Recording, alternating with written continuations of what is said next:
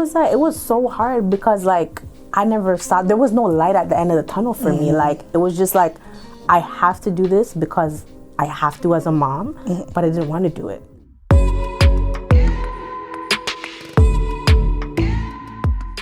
And I wasn't there, like mentally I was just like, okay, in a survival mode, like, okay, I gotta bathe my child, I gotta feed him, I gotta, you know, like I gotta make sure that he's nurtured, but other than that, I had really no desire to do anything. And that's real. That's what depression is. You're in a state of, you're in your head, and you just, it's not that you don't want to do anything, but you just literally feel like you can't do anything. And it starts with the mind, right? Mentally, you just felt like, I can't do this right now.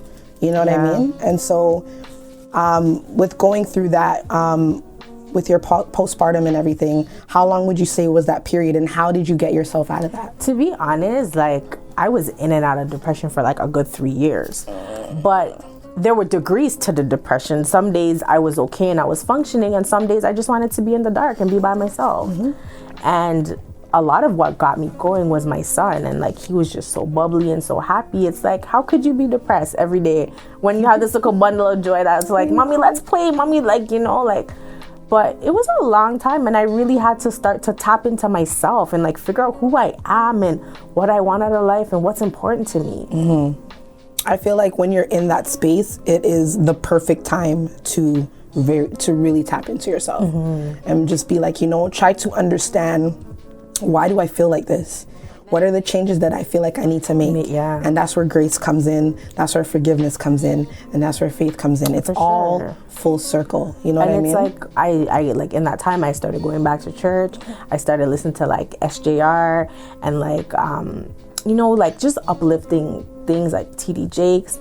And slowly I started to realize like, this is not the end of the road for me. Like there is so much more to life. Like I started to see the life that I wanted to show my son. Like as he was getting older, I'm like, yo, I don't want him to see me like this. Like I need to start hustling and like, you know, get it together for him and make a life for myself. Like, yeah, life didn't go the way I expected it to, but am I gonna let that make me lay down and play dead? No.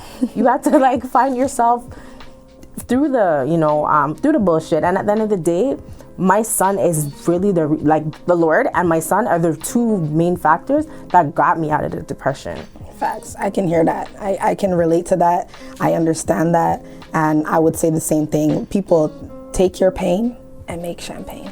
For sure. That's what you need to do. Take your pain, make it into a story, a documentary. Let it be worth something at the end of the tunnel. Don't let what you go through be in vain. And I always say this, like, I'm a believer that everything that you go through is a testimony. For sure. I feel like me and you talked one day, and when we were talking, and you were just like, yo, at the end of the day, like what God has in stores for you, you have to go through these things. Yeah, for sure. You can't, you know what I'm saying? Like they usually say, you know, pressure bust pipes. Like, yeah, you have to go through the pressure to become what you are born to do. To be. Yeah.